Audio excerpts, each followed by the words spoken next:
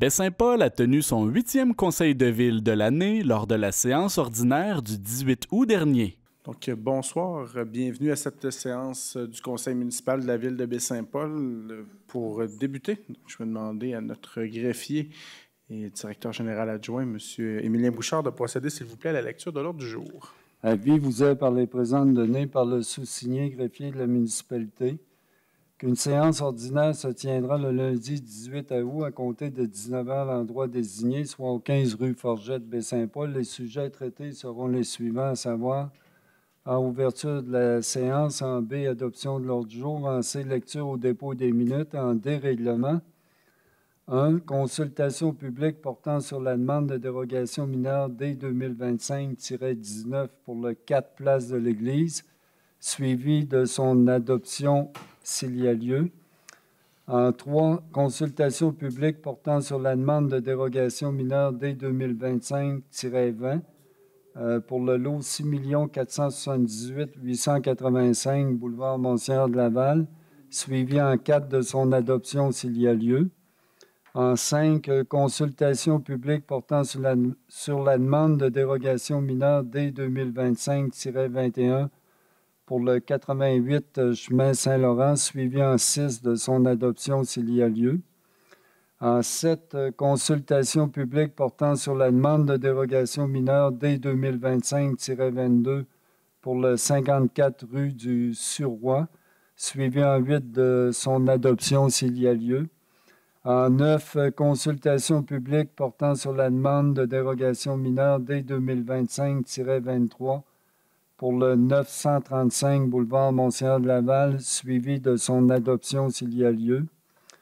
11, consultation publique portant sur la demande de dérogation mineure D 2025-24 pour le 27 Côte de Pérou, suivi en 12 de son adoption s'il y a lieu. En 13, consultation publique portant sur la demande de dérogation mineure D 2025-25 pour le 15 rue Alfred Morin, suivi de son adoption s'il y a lieu. En 15, consultation publique portant sur la demande de dérogation mineure D 2025-26 pour le 19 rue Alfred Morin, suivi en 16 de son adoption s'il y a lieu. 17, consultation publique portant sur la demande de dérogation mineure D 2025-27 pour le 29 rue Alfred Morin, suivi en 18 de son adoption s'il y a lieu. 19, avis de motion d'un projet de règlement qui portera le numéro R907-2025, ayant pour objet de modifier le règlement de zonage numéro R630-2015 afin d'autoriser les usages de bars et bars à spectacle accessoirement à un restaurant dans la zone P-128, suivi en vain de l'adoption du premier projet de règlement R907-2025. Dans Résolution, Administration et Législation, 1. Programme d'aide aux infrastructures de transport actif VELOS 3, autorisation de signature de la Convention d'aide financière. En 2, programme d'infrastructure municipale d'eau, Primo, volet 2, autorisation de signature de la Convention d'aide financière. 3, centre communautaire pro-santé, renouvellement de l'entente pour l'utilisation des toilettes. 4, politique relative à l'utilisation de l'agent conversationnel. 5, prolongation du plan d'action MADA 2020-2026 jusqu'en 2030. En 6, Office régional d'habitation de la MRC de Charlevoix, renouvellement de la convention d'exploitation. 7, crédit d'impôt, partis politiques municipaux. En 8, projet de mini-maisons. Dans voirie hygiène du milieu, 9, réfection d'une partie de la rue Saint-Jean-Baptiste, adjudication de la soumission. En 10, travaux de pavage de la côte de Pérou, adjudication de la soumission. 11, protection des berges, secteur de la piste cyclable au parc Saint-Auban, demande de certificat d'autorisation au ministère de l'Environnement, de la lutte et des changements climatiques. Dans urbanisme et mise en valeur du territoire, 12, demande de permis en zone PIA en A pour le 935 boulevard Monsignor de Laval et en B pour le 54 rue du Suroît. Loisirs, parcs et culture, 13 marchés de Noël. A. Dépôt d'une demande de subvention et en B. Décret du budget. 14 projets signature. A. Dépôt d'une demande de subvention et en B. Décret du budget. Dans l'affaire nouvelle, délégation, demandes diverses. 1. La grande guignolée des médias le 4 décembre 2025. Et en 2. Résolution d'appui à un retour sécuritaire et complet des activités de contrôle routier au Québec. Suivi de la correspondance en G. H. Lecture des comptes de 25 000 et plus et adoption des comptes du mois de juillet 2025. En 2, dépôt de la liste des amendements et transferts budgétaires. Et en 3, rapport de délégation du directeur général. Suivi de la période d'intervention des membres du Conseil, des questions du public et en cas levé ou ajournement de la séance. Merci, M. Bouchard, pour cette lecture de cet ordre du jour assez chargé. Donc, je vais prendre un proposeur pour l'adoption de l'ordre du jour. Donc, M. Boily propose. Est-ce que j'ai quelqu'un qui seconde l'adoption de l'ordre du jour? Donc, M. Fizette. Le Conseil de ville a ensuite procédé à l'adoption de 9 demandes de dérogation mineure et d'un projet de règlement. Une demande de dérogation pour l'affichage de l'entreprise Starbucks, qui s'implantera prochainement à Baie-Saint-Paul, a toutefois été refusée par l'administration municipale. L'Auberge des Balcons a quant à elle obtenu le statut de bar pour son bistrot afin de profiter d'une réglementation avantageuse pour ses opérations.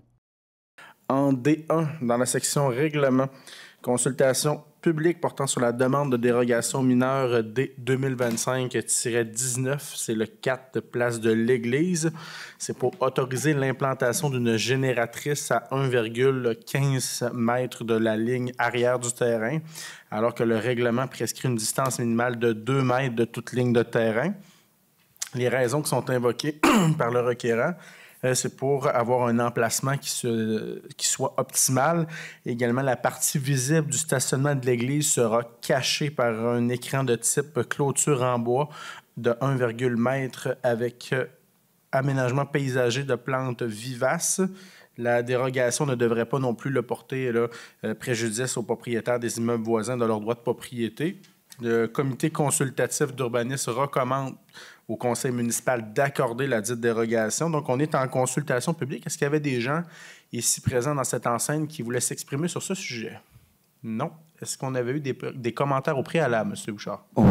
Aucun commentaire. Donc, je vais clore à l'instant même la période de consultation publique. Est-ce que j'ai quelqu'un qui était prêt à proposer l'adoption? Donc, M. Duchesne propose et j'ai M. Boily qui seconde. Donc, le tout est adopté. En D3, consultation publique portant sur la demande de dérogation mineure D 2025-20, c'est le lot 6 478 885 sur le boulevard Monseigneur de Laval. C'est dans le but d'autoriser la création d'un terrain d'une largeur de 33,15 mètres n'étant pas maintenu sur une profondeur de 25 mètres, alors que le règlement prescrit une largeur minimale de 50 mètres et que cette largeur doit être maintenue sur une profondeur minimale de 25 mètres. Autoriser la création d'un terrain d'une largeur également de 24,69 mètres, donc il y a 2 terrains, là, n'étant pas maintenu sur une profondeur de 25 mètres et d'une superficie de 1483,7 mètres carrés, alors que le règlement prescrit une largeur minimale de 50 mètres, que cette largeur doit être maintenue sur une profondeur minimale de 25 mètres et sur une superficie minimale de 4000 mètres carrés. Les raisons qui sont invoquées par le requérant, c'est de permettre la séparation de la résidence du 1337 AC Monseigneur de Laval du reste de la propriété, donc qui est une écurie, afin de faciliter le transfert à l'intérieur de la famille. Le terrain, le résiduel du droit résidentiel en vertu de la loi sur la protection du territoire agricole. La première partie de ce droit est celle du terrain au 1337 Monseigneur de Laval. La résidence sera également cédée à la fille du requérant, ce dernier là, qui conservera le reste de la terre agricole qui comprend également l'écurie. Le comité consultatif d'urbanisme est d'avis également qu'il ne devrait pas y avoir de préjudice là, au droit de propriété des immeubles voisins. Et le comité consultatif d'urbanisme nous recommande également d'accorder la dite dérogation. Donc, est-ce que j'ai quelqu'un dans la salle qui voulait s'exprimer sur ce sujet? Non, parce qu'on avait eu également des commentaires au préalable. Aucun. Aucun commentaire, donc je clôt la période de consultation publique. Est-ce que j'ai quelqu'un qui propose l'adoption? Je vais le proposer. M. Boily propose et j'ai M. Fizette qui seconde. Le tout est adopté. En D5, consultation publique portant sur la demande de dérogation mineure D 2025-21. C'est le 88 chemin Saint-Laurent, donc le lot 4 265 000. C'est pour autoriser la construction d'un garage annexé à la résidence dont la somme des marges latérales sera de 8,1 mètres, alors que le règlement prescrit une somme des marges latérales d'un minimum de 9 mètres. Les membres du comité sont d'avis qu'aucun arbre ne devrait être abattu sur la ligne de terrain conjointe avec le lot 4 633 000.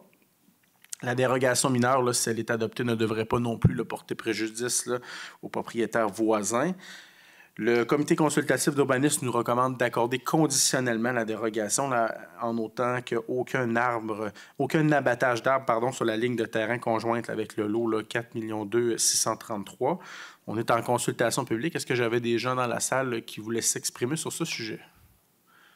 Non. Est-ce qu'on en avait au niveau en préalable qui s'était exprimé par écrit? Non. Okay. Non. OK. Donc, on clôt la période de consultation. Est-ce que j'ai quelqu'un qui proposait l'adoption de la dérogation? Donc, M. Besson, vous proposez là, avec le considérant conditionnel, c'est bien cela? D'accord. M. Fizette, vous secondez le tout? OK. Donc, le tout est accordé. En D7, consultation publique portant sur la demande de dérogation mineure D 2025-22. C'est le 54 rue du Suroît. C'est pour autoriser la construction d'un abri d'auto annexé à la remise qui sera érigé dans la portion du terrain délimitée par la ligne avant du terrain et la projection du bâtiment d'habitation, alors que le règlement prescrit une interdiction dans cette portion de terrain. Les considérants qui sont invoqués, c'est que l'abri d'auto annexé à la remise qui se trouve dans l'espace de stationnement existant. Une dérogation mineure a déjà été octroyée en 2015 qui autorisait l'implantation de la remise et l'aménagement du terrain, du stationnement à cet endroit. Non plus, le CCE est d'avis que si on adopte cette dérogation, elle ne portera pas le préjudice là, au voisinage. Le CCU nous recommande également d'accorder la dérogation. Est-ce que j'ai des gens ici dans la salle qui voulaient s'exprimer sur ce sujet? Non. Est-ce qu'on avait reçu des commentaires? Aucun. Donc, je clôt à l'instant même la période de consultation publique. Est-ce que j'ai quelqu'un qui propose son adoption? M. Besson propose et j'ai M. Duchesne qui seconde.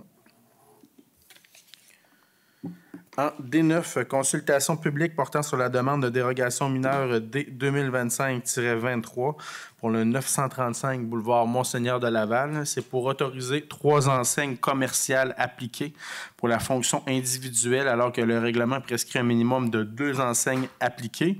Autoriser 2 tableaux d'affichage pour présenter le menu du restaurant alors que le règlement autorise un tableau.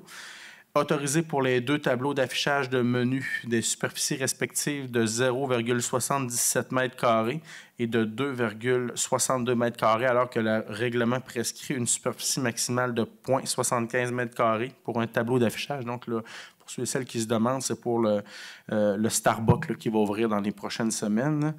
Les raisons qui sont invoquées par le requérant, c'est que le lettrage est prévu sur la marquise pour une meilleure visibilité. Le nombre d'enseignes et les dimensions de celles-ci sont des standards de la compagnie pour le service au volant, pour la rapidité du service et pour éviter les débordements. Les considérants également là, suivants ont été considérés par les membres du comité, donc les dispositions spécifiques du règlement de zonage relatives au tableau d'affichage des menus électroniques qui s'appliquent à 2 autres zones sur le boulevard Monseigneur de Laval, qui, si elles s'appliquent à cette zone, fera en sorte que le menu et le pré-menu seraient conformes. Le nombre d'enseignes appliquées eu égard aux réels besoins de la visibilité de l'entreprise. Il faut savoir qu'il y a quand même d'autres entreprises qui ont déjà fait des demandes là, relativement à l'affichage. Là, on n'a qu'à penser aussi au Tim Hortons ou encore le McDonald's. La dérogation mineure ne devrait pas porter atteinte à la jouissance par les propriétaires des immeubles voisins également de leurs droits de propriété. Donc, le comité consultatif d'urbanisme recommande d'accorder la dérogation mineure sur 2 des 3 aspects. Donc, le premier, autoriser 2 tableaux d'affichage pour présenter le menu alors que le règlement autorise un tableau. Autorisé pour les tableaux d'affichage, pour les tableaux d'affichage de menu des superficies respectives de 0,77 m² et de 2,62 m², alors que le règlement prescrit une superficie maximale de 0,75 m² pour un tableau d'affichage. Et le comité nous recommande de refuser la dérogation mineure pour l'autorisation des 3 enseignes commerciales appliquées pour la fonction individuelle, alors que le règlement prescrit un maximum de 2 enseignes appliquées. On est en consultation publique. Est-ce qu'il y avait des gens ici même dans la salle qui voulaient aller au micro sur ce sujet? Non. Est-ce qu'on avait reçu, M. le greffier, des commentaires au préalable? Aucun commentaire. Aucun commentaire. Donc, je clôt la période de consultation publique.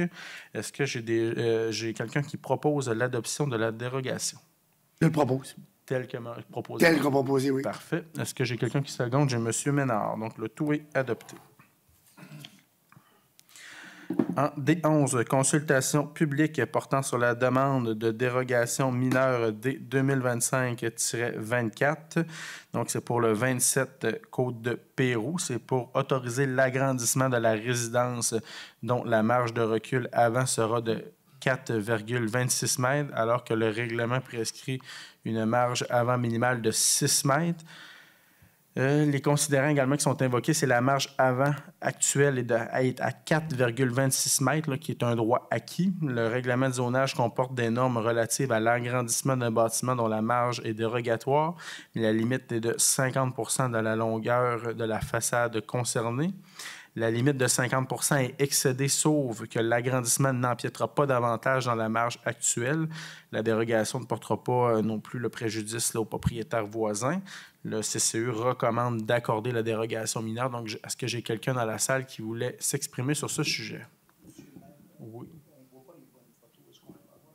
Ah oui, on est rendu sur Alfred Morin.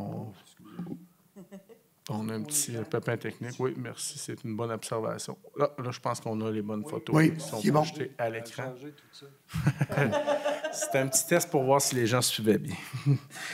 Donc, on n'avait pas personne dans la salle qui voulait s'exprimer pour la consultation publique. Est-ce qu'on avait reçu des commentaires là, avant la séance?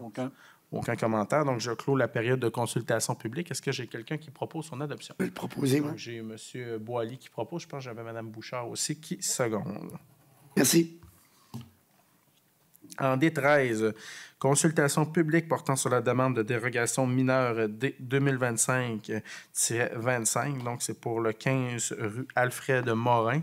C'est pour autoriser une largeur de bâtiment principal à 4,25 mètres, alors que le règlement prescrit une largeur minimale de 7 mètres. C'est les mini-maisons là, qui sont à la ville.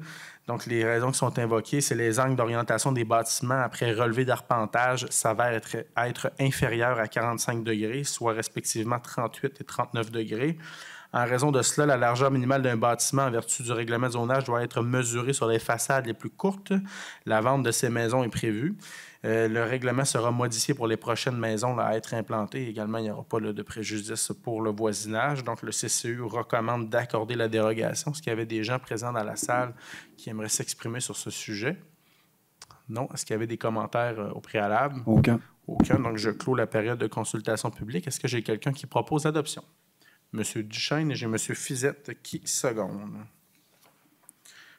Pour le prochain point, là, en D15, consultation publique portant sur la demande de dérogation mineure D2025-26, le 19 rue Alfred Morin, donc c'est la même chose. Je veux quand même tenir la consultation publique. Là. Je ne referai pas les mêmes explications, mais est-ce qu'il y avait des gens qui voulaient s'exprimer là, sur ce sujet? Non, personne en présentiel. Est-ce qu'il y avait des gens qui s'étaient exprimés au préalable? Aucun. Non, donc je vais clore la période de consultation publique. Est-ce que M. Duchesne et M. Fizette, vous acceptez de proposer, de seconder également? D'accord, donc on va remettre vos noms là, comme proposeurs et comme secondaires. En D17, consultation publique portant sur la demande de dérogation mineure D2025-27, c'est le 29 rue Alfred Morin.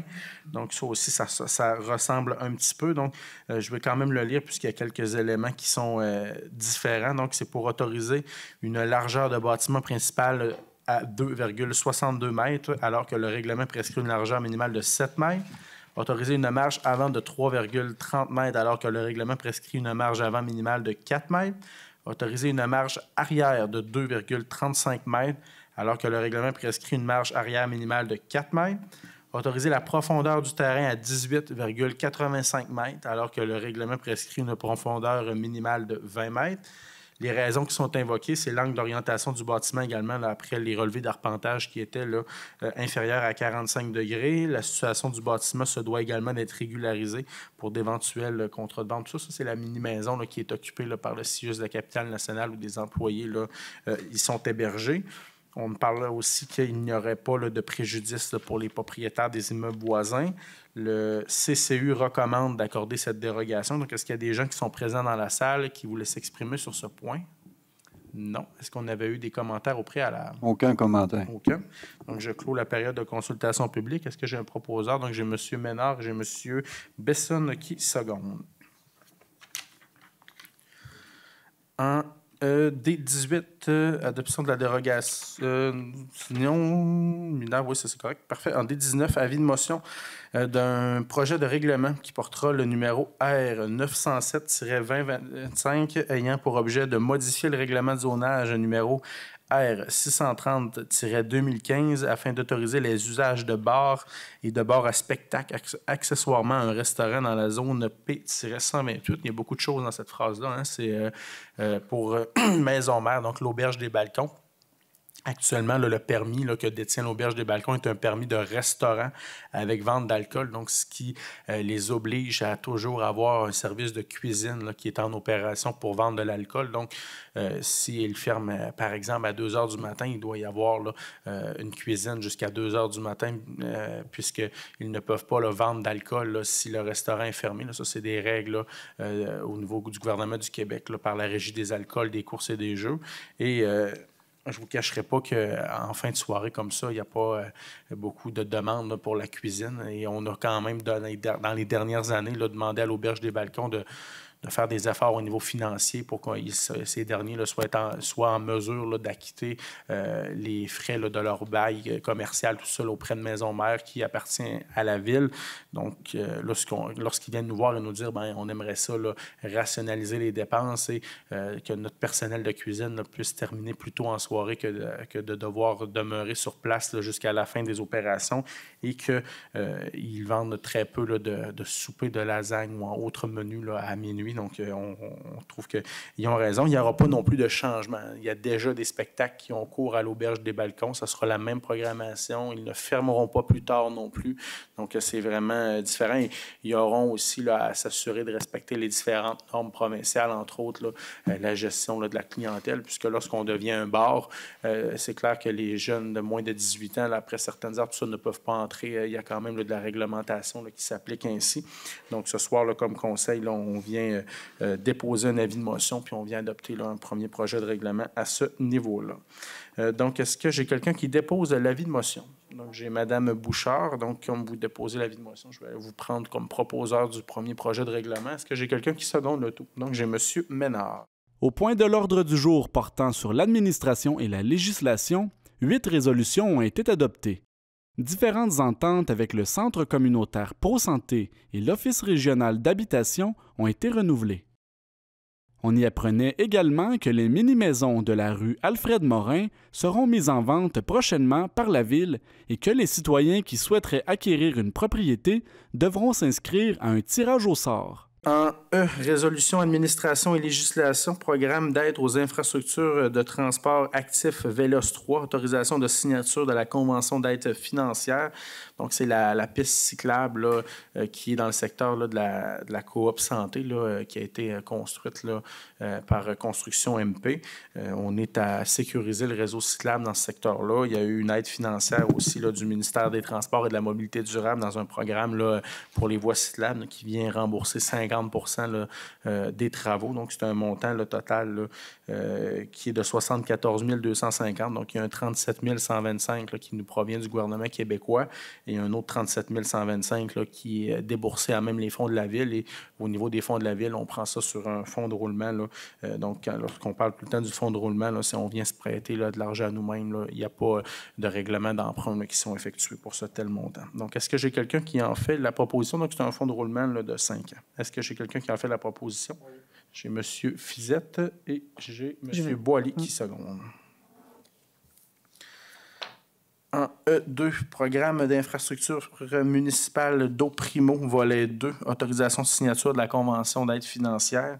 Ça, c'est des travaux qui ont déjà eu lieu là, au niveau du réseau d'Aqueduc. Ça avait eu lieu, c'était au centre-ville, là, près de l'intersection Desjardins. Là, les gens de la Caisse populaire ont fait Ambroise-Fafard, Saint-Jean-Baptiste. Les gens s'en souviennent peut-être. Là, ça a été fait dans les dernières années.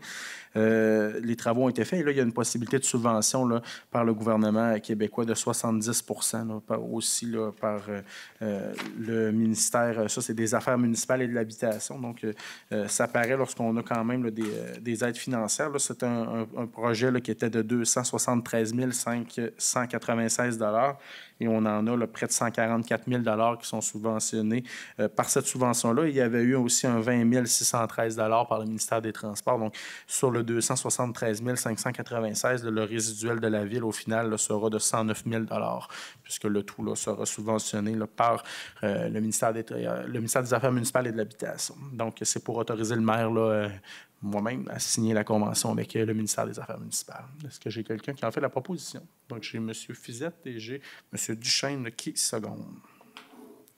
Pour le prochain point, M. le maire, comme je suis directrice du centre communautaire, vous me permettez, je vais me retirer. Oui, et on va l'inscrire là, au procès-verbal.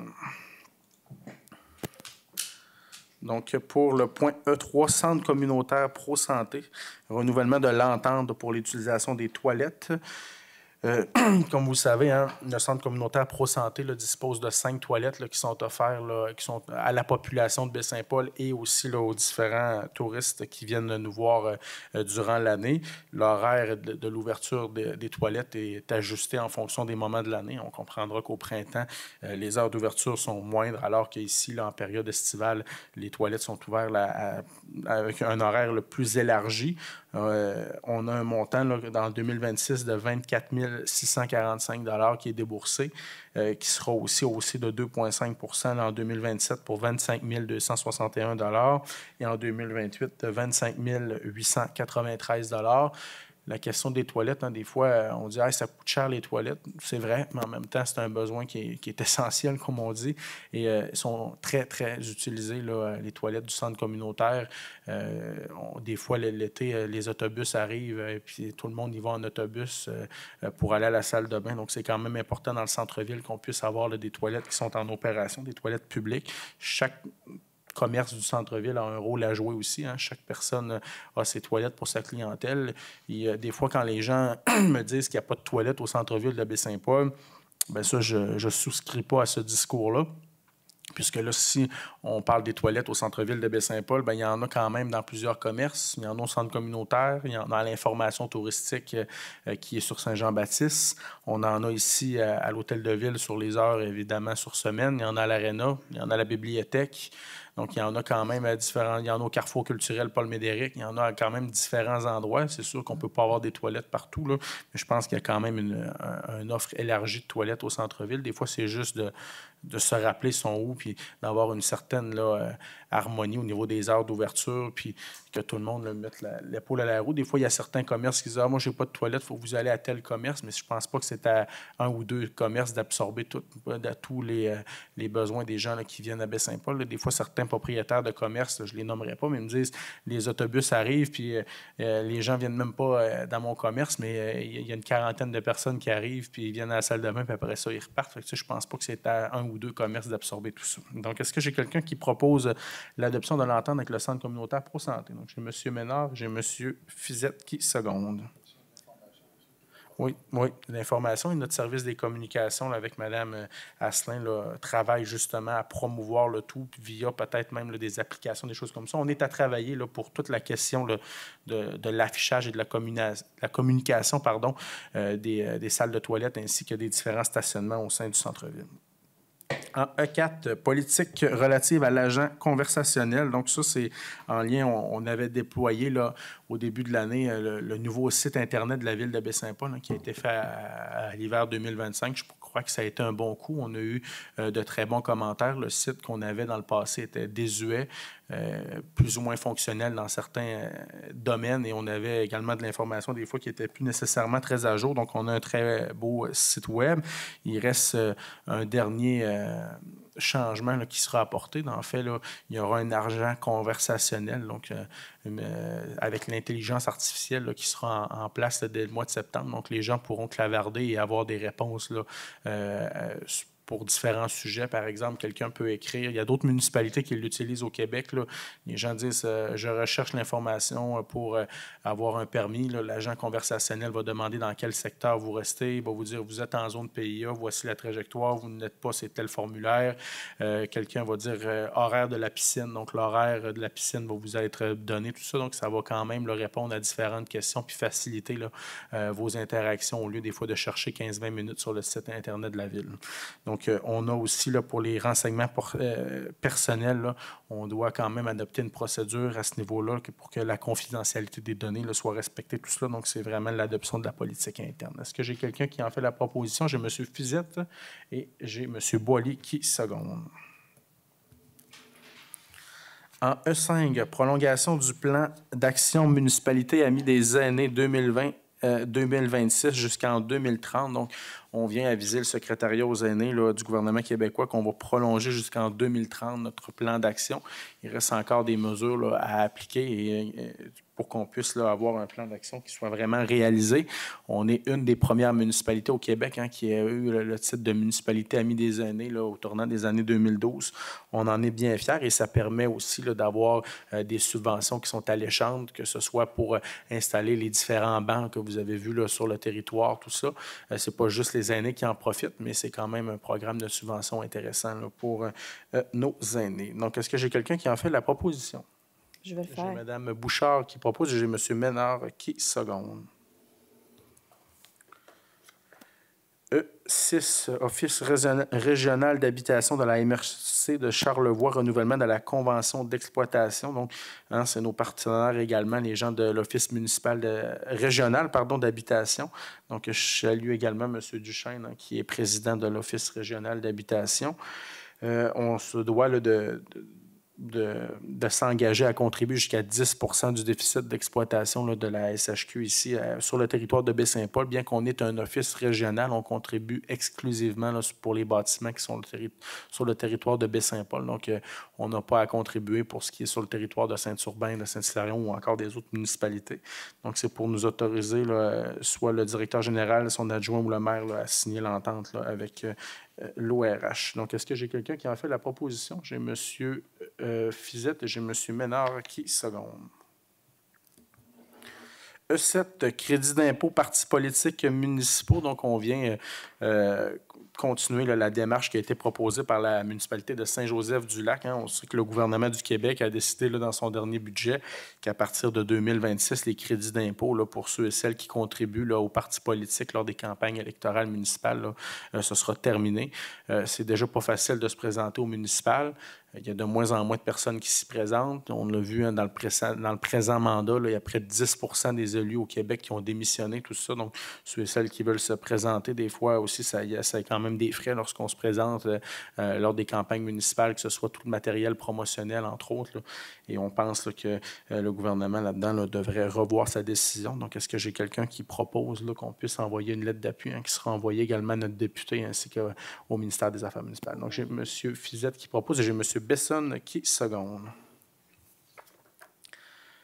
E8, projet des mini-maisons. Le projet des mini-maisons, on en a parlé beaucoup dans les dernières semaines. Les mini-maisons, elles sont prêtes, elles sont terminées. Donc, ce soir, ce qu'on vient faire, c'est pour adopter donc, le prix. Donc, les mini-maisons, il y en a 2 et ces dernières seront vendues. Je vois les journalistes à l'arrière qui ont sûrement hâte d'écrire le prix. Donc, 155 000 $ par maison. Donc, les mini-maisons, là, la Ville les fait là, au prix que le coût nous a coûté. C'est, comme on dit, excusez l'anglicisme, mais au prix COS. Le but de la Ville n'était pas de faire de l'argent avec les mini-maisons. On l'a toujours dit. On a travaillé en partenariat avec le réseau de l'éducation pour que des étudiants en charpenterie-menuiserie peuvent acquérir des connaissances et développer des compétences. Et c'était doublement plus intéressant que ces derniers ont pu le faire dans leur communauté. C'était des étudiants de Charlevoix, 2 mini-maisons qui ont été faites, qui sont quand même très belles. J'ai eu la chance d'aller les visiter la semaine dernière. Les 2 mini-maisons seront donc en vente très prochainement. Ce n'est pas non plus une offre du plus grand. Ce n'est pas la personne qui va déposer une offre la plus grande qui va l'avoir. Des fois, il y a des gens qui disent « Ah, ben moi, si je donne le double. » Non, la façon que ça va fonctionner, il va y avoir un appel là, bientôt qui va être lancé dans les prochains jours. On devrait être en mesure d'ici la fin de la semaine probablement ou plus tard, début de la semaine prochaine, de véhiculer dans les médias, là, entre autres, et sur le site Internet de la Ville. Donc, j'invite ceux et celles qui sont intéressés à surveiller le site de la Ville. Il y aura des journées où il y aura des visites libres. Les gens pourront venir visiter les mini-maisons. Et ensuite de ça, là, ça sera possible de donner votre nom justement pour acquérir une mini-maison. Les gens devront avoir une préautorisation d'une institution financière là, qui sont en mesure d'arriver avec le montant là, pour l'achat.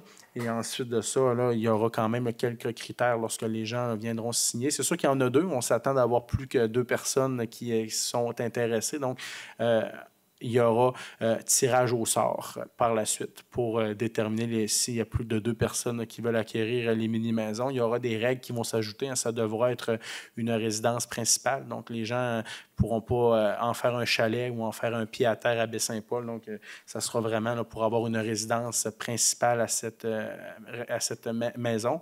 Les gens ne pourront pas en faire de la location non plus, ne pourront pas faire de la location touristique. Donc, il y aura quand même des règles. Les gens devront également être des propriétaires, ne pas être des propriétaires, mais des résidents de Baie-Saint-Paul depuis 2 ans. Donc, ça ne pourra pas être des gens de l'extérieur qui décident de venir habiter à Baie-Saint-Paul. Et il y aura là, des règles également qui vont s'ajouter là, pour des clauses pour limiter la spéculation. Donc, si les gens décident de revendre la résidence, il y aura des mécanismes aussi là, pour pas que on vende la résidence à 155 000 $ et que la personne la remette en vente à 250 000 ou à 300 000 6 mois après. Donc, il y aura des règles à ce niveau-là. Et aussi, les gens là, devront être résidents de Baie-Saint-Paul, comme je le mentionnais, mais en même temps, les gens ne pourront pas être propriétaires. Ce sera pour des gens qui sont en logement présentement, entre autres, ou qui n'ont pas là, de propriété là, en termes de bâtiment d'une maison. Là. Si quelqu'un possède un terrain, c'est correct, mais on veut vraiment favoriser l'accès à la propriété. Donc, c'est un petit résumé des différents critères. On pourra, là, dans les prochains jours, lorsque le tout sera lancé, là, les différents critères seront sur le site de la Ville. Mais comme je dis, c'est vraiment pour favoriser l'accès à la propriété. Et il y a évidemment, là, on ne veut pas non plus là, qu'il y ait de spéculation là-dedans. Donc, il y a des mécanismes là, qui seront là, véhiculés. Et aussi, il y aura un délai de 90 jours. Donc, une personne là, qui l'achètera devra prendre possession de la résidence là, dans un délai de 3 mois. Donc, plusieurs critères qui seront à faire. Il y aura évidemment la signature chez un notaire ultérieurement. Et c'est sans garantie légale non plus là, au niveau des maisons. Donc, ça complète pour les mini-maisons. Je pense que les gens aussi là, avaient bien hâte d'avoir l'information. On m'écrit quand même assez régulièrement pour savoir, Monsieur le maire, quand est-ce que les mini-maisons vont être à vendre. On est bien heureux, là, ça avance. Ça fut un long projet. 2 mini-maisons sur la rue Alfred-Morin. Il y en aura 3 autres qui vont arriver là, quelque part vers la fin novembre, début décembre. Donc, 3 autres maisons qu'on va être en mesure d'avoir sur le territoire. Donc, est-ce que j'ai quelqu'un qui en fait la proposition? Je vais le faire. Donc, j'ai Mme Bouchard. Est-ce que j'ai quelqu'un qui seconde? J'ai M. Besson. Au chapitre de la voirie et de l'hygiène du milieu, 3 résolutions ont été traitées. Des travaux de pavage auront cours durant les prochains mois sur la côte de Pérou. Un certificat d'autorisation sera également demandé auprès du ministère de l'Environnement et de la lutte contre les changements climatiques afin de protéger les berges du secteur de la piste cyclable au parc Saint-Aubin. En E9, réfection d'une partie de la rue Saint-Jean-Baptiste, adjudication de la soumission. On l'a mentionné aussi dans nos travaux qu'on fait là, cette année à Baie-Saint-Paul. On va repaver la rue Saint-Jean-Baptiste dans la 2e partie, donc entre le pont Gariepi, là, qui est tout près du Petro-Canada, jusqu'à l'entrée du développement Transim sur la rue Transim, là, près du garage municipal. Donc, c'est un montant là, de 219 061 et 52, donc taxe nette là, à construction MP, qui a été le plus bas soumissionnaire conforme. Donc, un règlement là, qui sera dans notre règlement d'emprunt, dans un règlement parapluie. Donc, les travaux qui auront lieu là, tout de suite là, après la fête du travail, là, ça va faire quand même du bien. C'est quand même une chaussée qui est abîmée à de nombreux endroits dans ce secteur. Donc, est-ce que j'ai quelqu'un qui en fait la proposition? Je le propose. Donc, j'ai Mme Bouchard qui propose et j'ai M. Fizette qui seconde. En E10, toujours dans nos travaux, donc pour la saison 2025, travaux de pavage de la côte de Pérou. adjudication de la soumission. Donc, cette fois-ci, c'est Eurovia qui a remporté l'appel d'offres, donc le plus bas soumissionnaire conforme au montant de 619 889,44 sous. Donc, Côte de Pérou qui sera repavée aussi là, en septembre, là, du pied de la Côte de Pérou en allant jusqu'à l'intersection Saint-Gabriel de Pérou. Ça va faire également du bien. Ça, je crois que dans le précédent mandat, on aura quand même investi fortement sur le réseau routier, là, dans les différents districts électoraux également, que ce soit à Saint-Antoine-Nord, que ce soit au centre-ville avec la rue Forgette, avec le boulevard Raymond-Mailloux. On a été également dans le coin de Sainte-Catherine. On va avoir fait une partie de Saint-Jean-Baptiste, la Côte de Pérou. Donc, on en a fait même à Saint-Placide l'an passé, tout ça. Donc, je pense que les gens, à chaque fois que je prends des photos puis que je les publie sur les réseaux sociaux, « Ah, ma rue, c'est quand est-ce? » Le tour va venir. On ne peut pas toutes les faire la même année. On en a fait quand même beaucoup. Il y en a d'autres qui sont projetés pour l'été 2026. Mais comme je le mentionne, le tour viendra des différents tronçons. On ne peut pas tous les faire, mais on comprend que notre réseau routier a besoin d'entretien et on y va là, graduellement pour essayer d'entretenir le réseau routier autant dans le secteur urbain que dans le secteur rural. Donc, est-ce que j'ai quelqu'un qui en fait la proposition? Je vais le proposer. Monsieur Boily propose. Est-ce que j'ai Monsieur Besson qui seconde? Évidemment, ça aussi, là, c'est à l'intérieur d'un règlement d'emprunt. En E11, protection des berges, secteur de la piste cyclable du parc Saint-Aubin, demande de certificat d'autorisation au ministère de l'Environnement. C'est vraiment un correctif là, pour un mot là, qui avait été là, mal interprété là, dans la résolution. Donc, c'est vraiment là, une correction administrative là, d'une résolution. Donc, est-ce que j'ai quelqu'un qui en fait la proposition? J'ai M. Ménard et j'ai Mme Bouchard qui seconde. Au chapitre de l'urbanisme et de la mise en valeur du territoire, 2 demandes de permis ont été partiellement autorisées. L'entreprise Starbucks aura des conditions d'affichage à respecter pour pouvoir installer des panneaux sur son terrain près du centre-ville. En urbanisme et mise en valeur du territoire, en E12, demande de permis en zone PIA. En A, le 935 boulevard Monseigneur de Laval, on en a parlé tantôt. Là, maintenant, on est rendu à la demande de permis PIA, alors que tantôt, on était en dérogation. Donc, 3 enseignes appliquées, 2 en façade, soit le logo 1,17 m² et inscription Café Starbucks. Donc de 0,91 m² et le logo côté gauche 1,82 m². 2 enseignes pré-menu de 0,77 m² et menu, donc 2,62 m². 3 enseignes directionnelles de 1,37 m² par 2 et de 2 par 0,31 m². Il y a une borne de commande aussi qui est demandée comme équipement complémentaire de 1,1 m². Le nombre d'enseignes appliquées n'est pas conforme, mais les membres du comité là, sont tout de même d'avis que les modèles proposés rencontrent les objectifs et les critères du règlement sur les PIA. Donc, le CCU recommande d'accorder certains points et d'accorder conditionnellement certains autres points. Donc, 2 enseignes, dans ce qui est recommandé d'accorder, donc 2 enseignes pré-menu de 0,77 m² et menu de 2,62 m². 3 enseignes directionnelles, donc une de 0,37 m² et 2 de 0,31 m². Une borne de commande comme équipement complémentaire de 1,20 m² et d'accorder conditionnellement donc, les enseignes appliquées aux formes, modèles et coloris proposés respectant les dimensions prescrites. Donc, la condition, c'est que le nombre autorisé en accord avec l'octroi, justement, au refus de la dérogation mineure qu'on a donnée tantôt. Donc, ça sera là, en harmonie avec la dérogation qui a été octroyée. Donc, est-ce que j'ai quelqu'un qui en fait la proposition? Je vais le proposer. J'ai M. Boily qui propose et j'ai M. Ménard qui seconde.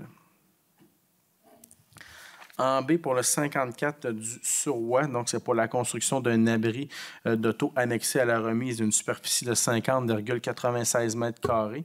On l'a mentionné également aussi là, tantôt là, dans la section des dérogations mineures. 2 murs opaques et 2 parois en latte ajourées du côté nord et sud. Des matériaux, là, des parements de clin de bois vertical de 100 mm gris foncé.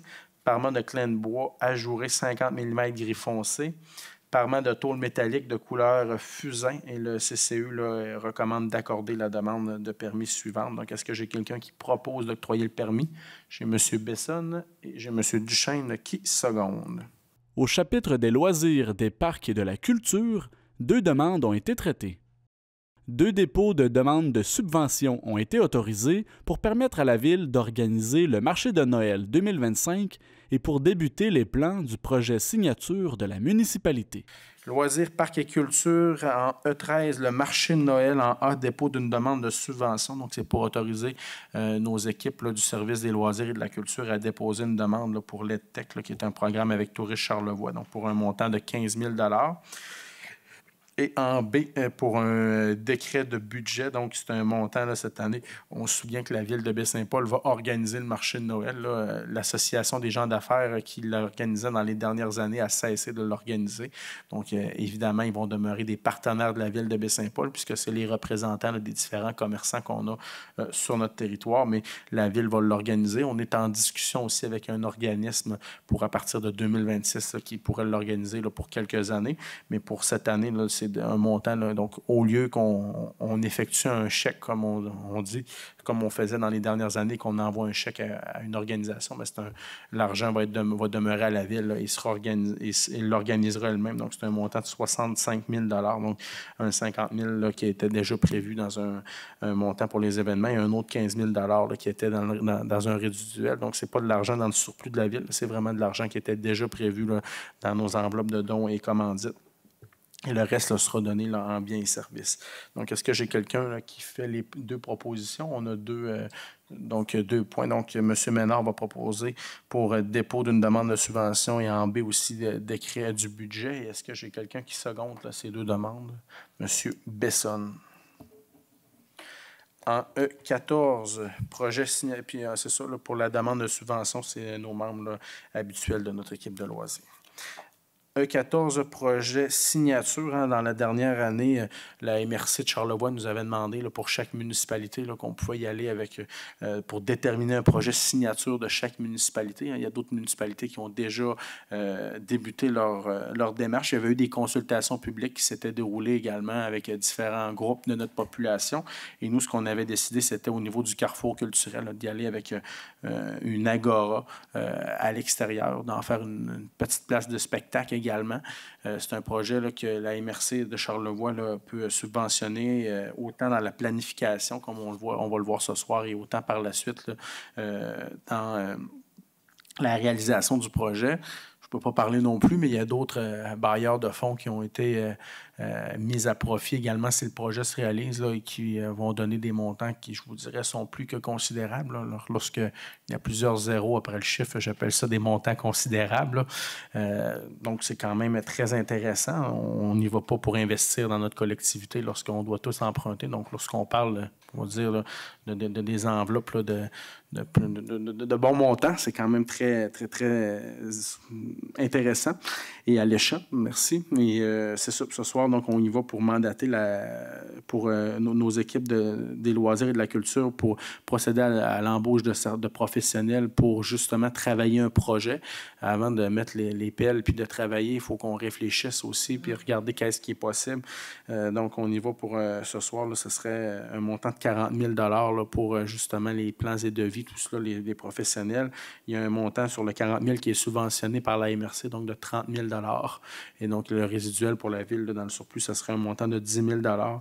Et comme je le dis, là, si le projet venait à se réaliser, là, on parle quand même d'être très importante de différents partenaires que je ne peux nommer ce soir, mais que j'ai bien hâte de mentionner. Donc, est-ce que j'ai quelqu'un qui en fait la proposition? Je vais le proposer parce que votre proposition est intéressante, mais plusieurs zéros. Donc, j'ai Mme Bouchard qui propose, j'ai M. Fizette qui seconde, et on donne l'information au compte-gouttes sur ce projet-là, mais j'ai bien hâte dans le futur de pouvoir en parler. C'est un projet qui va pouvoir rassembler tout le monde, d'avoir une place également où on pourra faire des spectacles extérieurs et différents événements d'animation. Hein. La cour extérieure du carrefour culturel, des fois, là, ça manquait un petit peu là, d'aménagement. Et là, on a une possibilité là, avec la MRC via un fonds et, comme je dis, avec d'autres partenaires qui sont prêts à mettre là, des millions dans un projet. Fait que ça, j'appelle ça des partenaires qui sont plus que considérables. Donc, à suivre. Si vous me le permettez, il y a également l'élément de rendre accessible aux personnes à mobilité cet endroit exact. Qui est de nature culturelle, ce qui est peu accessible présentement. Donc, on pense que la rendre accessible à toutes les personnes, pour nous, ça va être plaisant pour l'ensemble des usagers. Je suis bien d'accord avec vous, M. Duchesne. Et il y aura également un travail de partenariat autant avec le voisinage, les gens du presbytère, les gens du festif qui utilisent en saison estivale là, pour le festival les espaces, tout ça. Donc, le but, c'est que tout le monde puisse avoir sa place à ce niveau-là. Et comme je dis, là, on n'est pas demain matin là, à la première pelletée de terre. Il y a quand même là, différentes étapes là, qui sont préalables à cela qui devront se dérouler. En ce qui a trait aux affaires nouvelles, aux délégations et aux demandes diverses, 2 points ont été traités. La Ville a autorisé la tenue de la Grande Guignolée des médias sur son territoire pour le temps des fêtes 2025. Une résolution de l'administration a également été adoptée afin d'appuyer un retour sécuritaire et complet des activités de contrôle routier au Québec. En F, affaires nouvelles, délégation, demandes diverses. En 1, Mme Bouchard. Je vais encore me retirer. La grande guignolée des médias le 4 décembre prochain. Donc, comme à chaque année, on vient permettre là, que l'événement de la grande guignolée des médias là, puisse se dérouler sur le territoire de Baie-Saint-Paul. Hein. C'est un événement qui est national, qui se déroule dans différentes municipalités à travers le Québec. À Baie-Saint-Paul, on permet là, que le tout là, puisse avoir lieu là, à l'intersection de la rue Saint-Jean-Baptiste et de la rue Sainte-Anne en Bois-Safford, en fait, à cette intersection-là, et sur l'intersection là, de la 138, donc du boulevard Monseigneur de Laval et du boulevard Mailloux, donc l'intersection là, où le McDonald's, c'est le 4 décembre prochain, entre 7h et 9h le matin, et sur l'heure du dîner, là, entre 11h et 13h, donc c'est juste avant le temps des fêtes, lorsque le centre communautaire là, est à préparer les différents paniers là, de Noël là, pour ceux et celles qui sont dans le besoin là, à l'aube du temps des fêtes. Donc, évidemment, là, ces derniers sont responsables aussi là, d'assurer la sécurité là, des personnes là, qui sont sur le réseau routier. Est-ce que j'ai quelqu'un qui en fait la proposition? M. Bessonne et j'ai M. Boilly qui seconde. Donc, Mme Bouchard peut rentrer. En F2, résolution d'appui à un retour sécuritaire et complet des activités de contrôle routier au Québec. Bien, ceux et celles qui suivent un petit peu le dossier. Là. D'ailleurs, j'étais hier à Radio-Canada au Téléjournal pour en parler. Les contrôleurs routiers de la Société d'assurance automobile du Québec là, ne patrouillent plus depuis le printemps dernier. Il y a une décision du tribunal administratif du travail là, qui fait en sorte que ces derniers doivent demeurer dans les postes de contrôle. Ils ne peuvent plus patrouiller pour la raison que le tribunal juge que ils ne sont pas en sécurité présentement là, en vertu là, des tâches qu'ils accomplissent et du fait qu'ils ne sont pas là, armés d'une arme à feu. Hein. Ces derniers réclament aussi là, de pouvoir être formés à l'École nationale de police du Québec et de pouvoir avoir une arme à feu avec eux. Cette décision, c'est une décision qui est légale, bien entendu, mais cette décision fait en sorte que cet été, il n'y a pas eu de contrôleur routier dans Charlevoix, puisque l'ancien poste là, qui est tout près du Genévrier n'est plus un poste de contrôle de la SAAC. Le poste là, devait avoir besoin d'une réfection importante et la SAAC l'a cédé là, au ministère des Transports et de la Mobilité durable à la direction des parcs routiers, ce qui fait en sorte que l'ancien poste de contrôle de la SAAC est maintenant une aire de repos là, pour les camionneurs. Il n'y a plus de postes dans Charlevoix, ce qui fait qu'il n'y a pas eu de contrôleurs routiers qui ont été présents de tout l'été. Il n'y en aura pas dans les prochaines semaines non plus, là, à moins d'un règlement. Et il y a des gens, des camionneurs qui ne font pas les tests de frein, hein, qui passent à côté, là, en haut des côtes Saint-Antoine, qui décident de continuer de ne pas arrêter. On est quand même une région qui est assez montagneuse. On se souviendra malheureusement, on est quand même la région où il y a eu le plus gros accident, la plus grande tragédie routière au fait en Amérique du Nord, hein, l'accident de la Grande Côte aux éboulements à la fin des années 90, hein, qui avait fait là, une quarantaine de victimes, de décès. On ne veut pas que ça se reproduise. On a des campings, beaucoup, des gens qui transitent aussi pour la Côte-Nord, qui passent avec des roulottes, tout ça. Les gens ne font pas les tests de frein. C'est dangereux. On a eu un accident aussi en juin dernier qui a eu un décès. Hein. Tout le monde se souvient là, du camion là, qui est entré là, dans la compagnie Tremblay, qui a fait une perte de vie. On en parle, on est en discussion. Là. Je ne peux pas dire qu'il n'y a pas de canaux de communication avec le ministère des Transports, avec le bureau de la députée aussi. C'est juste qu'il ne faut pas... C'est beau de dire qu'il y a des démarches, mais en même temps, il faut quand même y aller d'action si on veut qu'il y ait quelque chose. Donc, il y a 2 démarches parallèles. Vous avez vu également dans les médias qu'on a demandé au ministère là, de pouvoir créer un comité là, pour qu'on puisse trouver des mesures pour sécuriser la 138. On ne refera pas la 138. Là. Elle vient d'être faite. Il faut être réaliste. Mais est-ce qu'on peut abaisser la vitesse? Ça a déjà déjà été demandé dans le passé, ça a été refusé. Est-ce qu'on peut avoir des panneaux jaunes clignotants comme on a à Beaupré ou à d'autres endroits là, que lorsque les panneaux clignotent, ça veut dire que la lumière va tomber rouge. Si ça marche à Québec, ça marche sûrement à Baie-Saint-Paul aussi. Là. On n'est quand même pas dans le fond du Québec. Là. Donc, je pense que c'est des choses qui peuvent s'installer ici aussi. On vient aussi apporter notre soutien là, aux contrôleurs routiers là, pour, dans leur démarche, là, justement, là, que ces derniers là, puissent s'entendre avec le gouvernement à ce niveau-là. C'est les seuls aussi titulaires du titre d'agent de la paix au Québec qui ne portent pas une arme à feu. Les policiers sont armés. Les constables spéciaux dans les palais de justice sont armés. Les constables spéciaux à l'Assemblée nationale sont armés. Les agents correctionnels dans les centres de détention aussi peuvent porter une arme à feu. Les agents de protection de la faune, les gardes du corps des ministres, tout ça.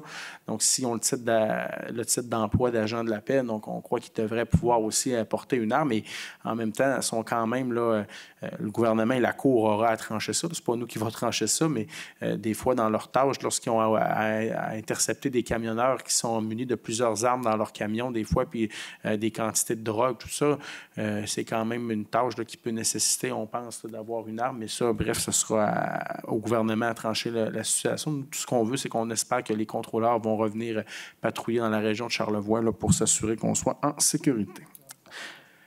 Évidemment, comme je l'ai dit d'emblée, il y aura une formation à l'École nationale de police là, si ces derniers là, reçoivent là, l'autorisation de porter une arme en milieu de travail. Est-ce que j'ai quelqu'un qui en fait la proposition? M. Ménard propose et j'ai M. Fizette qui seconde. Le maire a par la suite annoncé que la correspondance du mois de juillet 2025 avait été remise aux membres du conseil de ville. S'en est suivi la lecture des comptes de 25 000 $ et plus et l'adoption des comptes du mois de juillet 2025. On est maintenant dans la section correspondance, donc c'est un dépôt. Les membres du conseil ont eu copie de la correspondance et ont pu questionner l'administration en caucus plénier.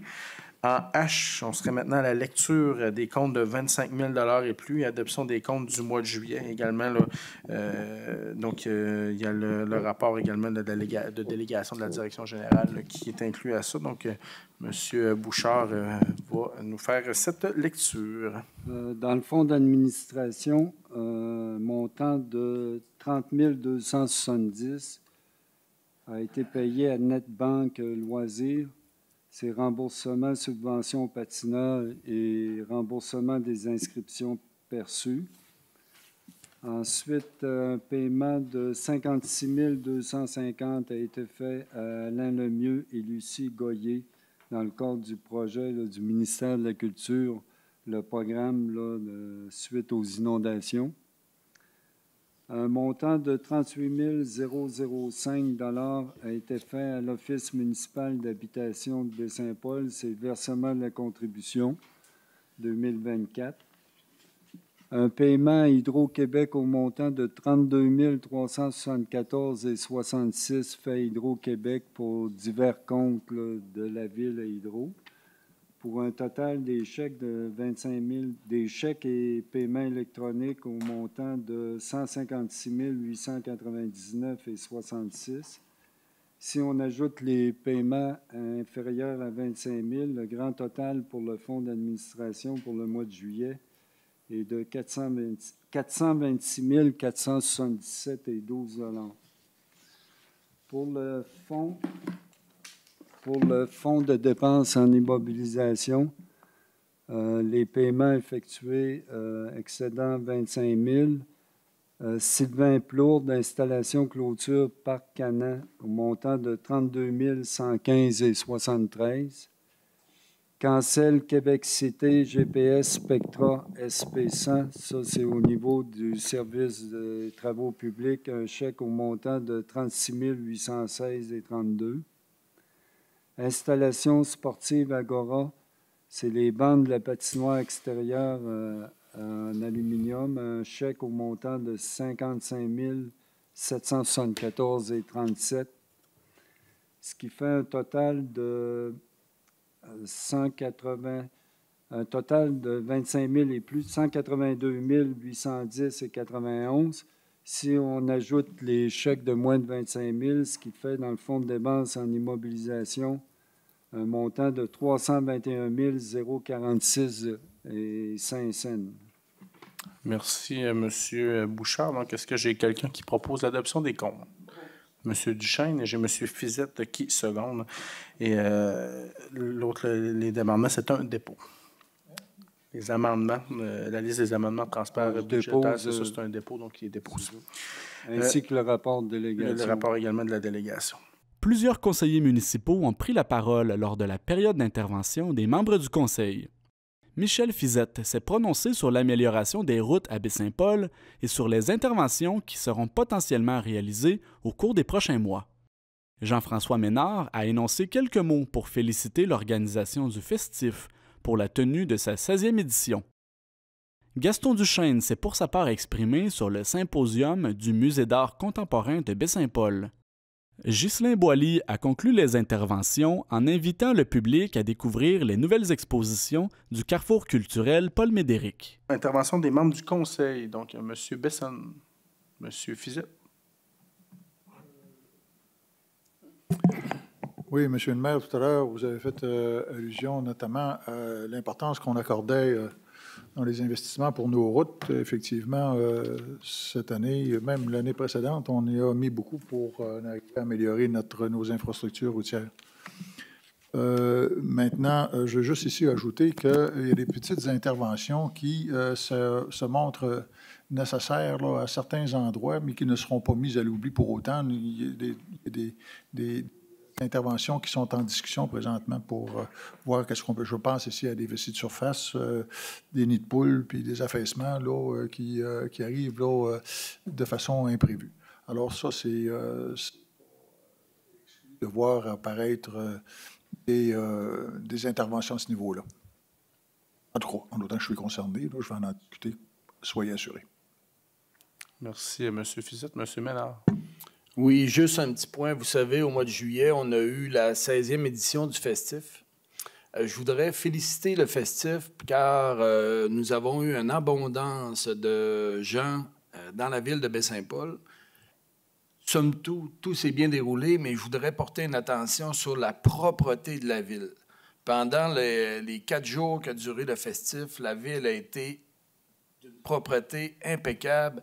Et ça, avec l'aide de tous les bénévoles que le festif peut avoir. Alors, merci beaucoup, puis félicitations, le festif. Merci, M. Ménard. Mme Bouchard. M. Duchesne.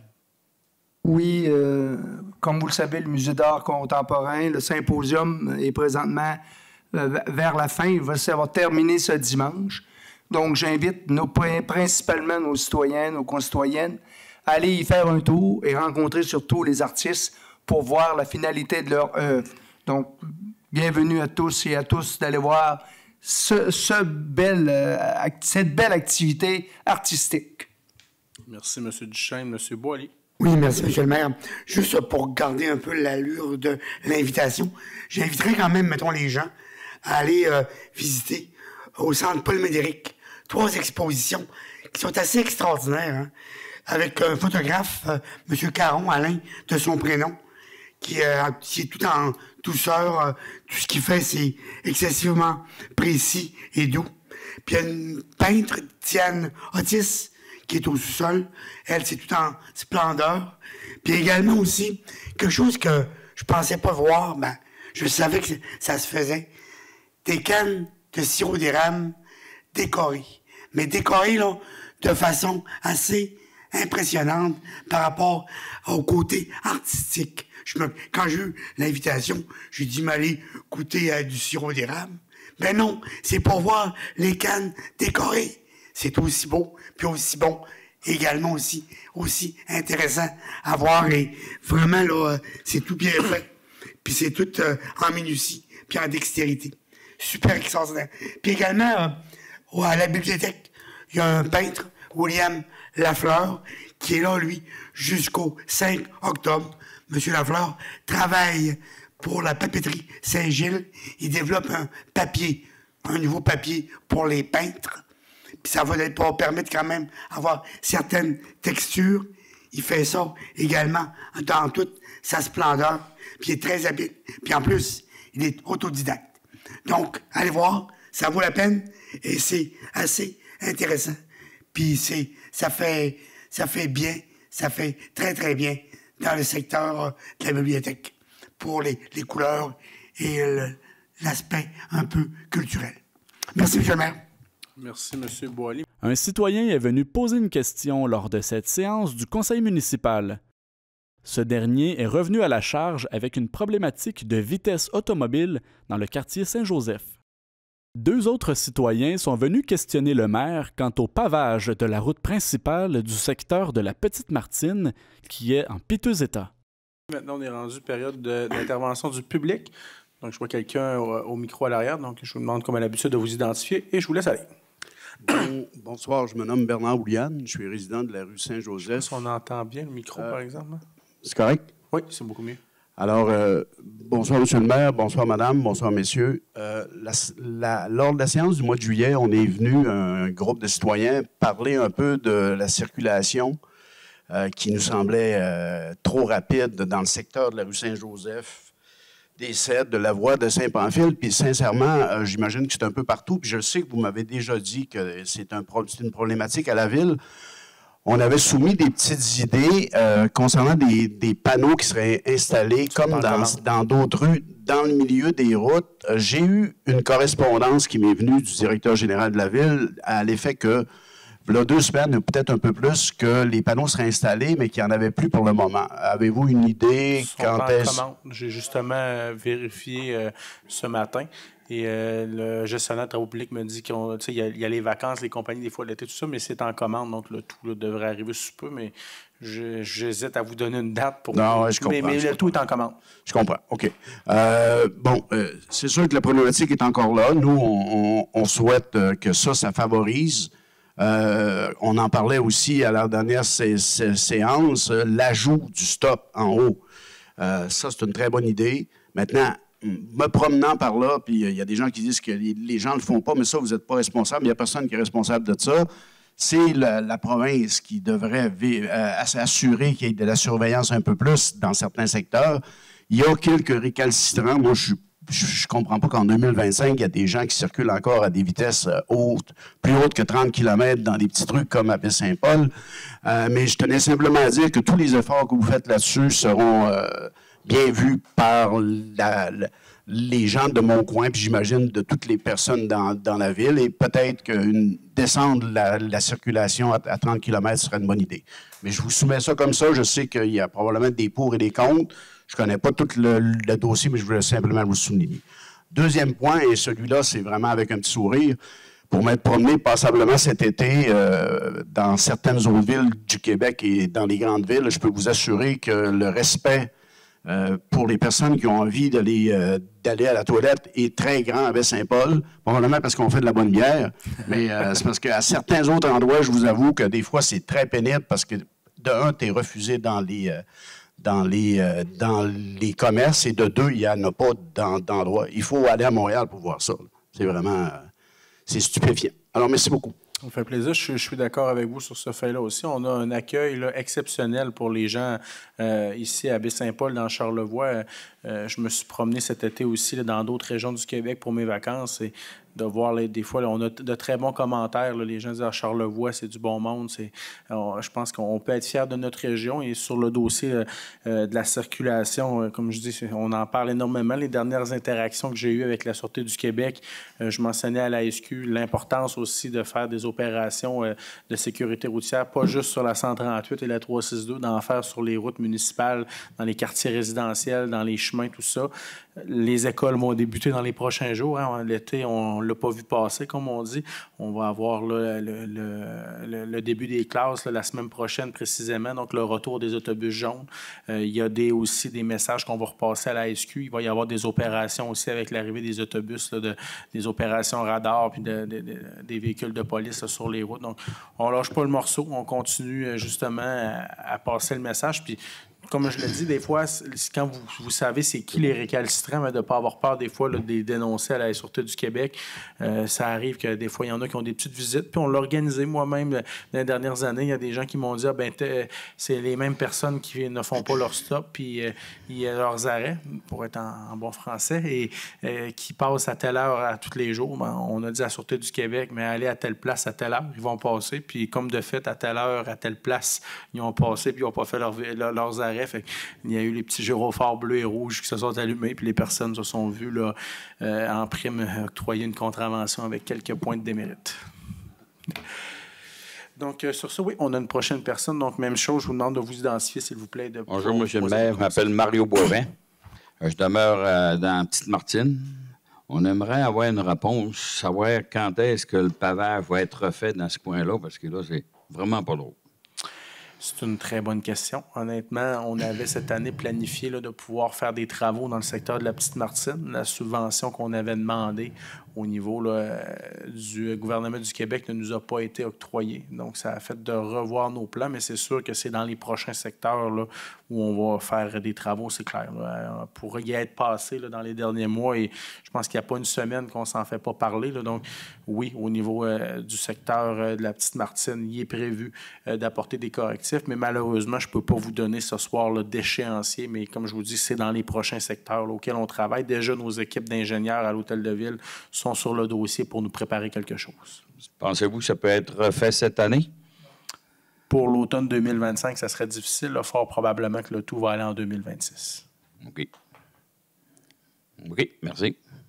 Vous avez une question pour ça? Oui. Je suis grand, hein? On peut lever le micro. Bon, bonjour. Moi, c'est Stéphane Renaud. Je demeure aussi à Petite-Martine. J'en ai parlé à Steve Bouchard qui travaille pour la voirie. Au mois de mai, ils ont fait du forage en avant du pont. OK. Ils ont pris des carottes faire des tests. Moi, j'ai roulé dans l'eau puis dans la boîte tout l'été. Là, l'hiver s'en vient. Ça va glacer. J'en ai parlé, puis il n'y a rien qui s'est passé encore. C'est pas normal qu'il y ait une veine d'eau. Ils ont percé une veine d'eau, puis là, l'eau sort par le chemin. OK. Là, c'est sûr que là, vous êtes dans le trait technique. Là. Ça, c'est pas des éléments que j'ai, là, mais on va s'assurer auprès de... Juste à aller passer, faire une petite balade, vous allez le constater par vous-même. J'ai roulé dans la boîte tout l'été avec ma moto. On va s'assurer là, auprès de nos équipes là, que le tout soit sécuritaire puis le tout soit correct là, pour la saison hivernale. Là, justement, quand vous faites référence que le tout va se glacer, là, mais on va apporter ces informations-là. Là, je vois M. le greffier là, qui est en train de prendre présentement, c'est gratté 2 fois par semaine par le grédeur. Puis après une journée, il y a des nids de poules de 6 à 8 pouces. Ah non, c'est comme... En haut, là, présentement, c'est pas juste 50 chars par jour qui passent. C'est au-dessus de 2000 voitures. C'est louer les chalets à Petite-Martine, c'est rendu une petite ville en haut. Je le comprends, puis tu sais, tout comme je répondais là, à M. Boivin, c'est ça qui était juste avant vous, on le sait, qu'il y a une problématique à la Parce que là, on a reculé de 20 ans. Pourquoi vous avez enlevé l'asphalte recyclé? On était capable de vivre avec au moins quelques bosses, je comprends. Bien, ce qu'on nous a dit, c'est que c'était... En tout cas, là, moi... Il y a quelqu'un qui a pris une très grande décision que c'est... Ouais. Ce qu'on nous disait, c'est que c'était... Moi, en tout cas, j'avais pas eu de dernier commentaire là, dernièrement là-dessus versus le recyclé ou pas. On me disait que c'était pire avec la recyclée, là, mais peut-être que ce ne l'est pas. Là, mais bref, comme je dis, on travaille sur le dossier, on n'a juste pas d'échéancier. Là, dans un premier temps, on va regarder qu'est-ce qui peut être fait pour la saison 2025, pour l'hiver, justement, pour notre saison hivernale qui s'en vient. Puis pour 2026, c'est sûr qu'à Petite-Martine, on ne l'oublie pas. Là. Comme je dis, on l'avait déjà prévu pour 2025, mais on n'a pas eu la subvention qui était demandée. Puis tant qu'à refaire, on ne fera pas une job, excusez mon expression, mais de cochonnerie. Tant qu'à le refaire, on va paver puis on va faire de quoi qu'il y a du bon sens. Là. Fait que ça n'a pas été on n'a pas eu la subvention, alors que là, on va se repréparer pour 2026, mais on va faire... On met des petits vélos peinturés sur la salle. Peut-être que vous pourriez demander une subvention pour une piste cyclable sur le bout de là. Peut-être que c'est 800 mètres. On va regarder, là, mais on blague là-dessus, mais peut-être juste, je vais vous demander, malheureusement, là, vu qu'on est à la télévision, il faut vraiment aller au micro à l'arrière, mais comme je dis, 2025, on regarde qu'est-ce qu'on peut faire pour la prochaine saison hivernale pour pas que ce soit n'importe quoi, 2025-2026, puis là, c'est sûr qu'on est rendu, là, dans 2 semaines, on est au mois de septembre, il y a déjà Pérou qui se fait cette année, il y a déjà Saint-Jean-Baptiste, tout ça, mais pour 2026, c'est sûr qu'on n'oublie pas, là, justement, là, la question là, de la chaussée à Petite-Martine. Vous avez le droit aussi d'avoir une chaussée qui a du bon sens. Peut-être juste à l'arrière. Dernière intervention, c'est vraiment une période de questions, là, je permets, mais habituellement, on ne fait pas une discussion. Fait que dernière intervention sur le sujet. Pensez-vous que ça serait possible de parler avec Petite-Rivière, avec le maire de Petite-Rivière, puis ces citoyens passent par là tout le temps aussi, peut-être qu'ils pourraient faire quelque chose pour vous aider aussi? On aura des questions, justement, avec des discussions avec la municipalité de Petite-Rivière. C'est vrai, comme vous le mentionnez, il y a beaucoup des gens là, qui transigent par ce tronçon-là qui sont de Petite-Rivière. Oui, toute Petite-Rivière, toute Lamartine circule par là. On va regarder qu'est-ce qui peut être fait à ce niveau-là. Mais merci de l'intervention. Et comme je dis, on est bien au fait qu'à la Petite Martine, là, ça nécessite là, autant la côte de Pérou dans les dernières années, on avait énormément de courriels, la côte Saint-Tour, tout ça. Puis là, les tours, des fois, c'est long avant d'arriver, mais votre tour s'en vient, ça, vous pouvez en être certain. Merci beaucoup, M. Ça fait plaisir. Est-ce qu'il y avait d'autres personnes dans l'enceinte ici qui voulaient s'exprimer? Non. Est-ce que, M. Bouchard, on avait eu des commentaires au préalable? Des questions, en fait? Aucune question. Donc, il n'y a pas d'autres questions. Donc, on va se retrouver maintenant. Ça va être au mois de septembre. Il nous reste une séance en septembre. Puis, il va y avoir exceptionnellement aussi une séance jeudi, le 2 octobre, qui sera la dernière séance de ce conseil-là. On est dans le dernier droit de notre mandat. Il y aura la période électorale qui s'en vient où les jeunes de Baie-Saint-Paul auront à choisir un maire ou une mairesse ainsi que 6 conseillers, conseillères. Donc, ça s'en vient quand même à grands pas. Donc, sur ça, je vous souhaite une agréable soirée. Je vais prendre un proposeur, donc une proposeuse, donc Mme Bouchard et M. Ménard qui secondent. Merci tout le monde. Bonne fin de soirée.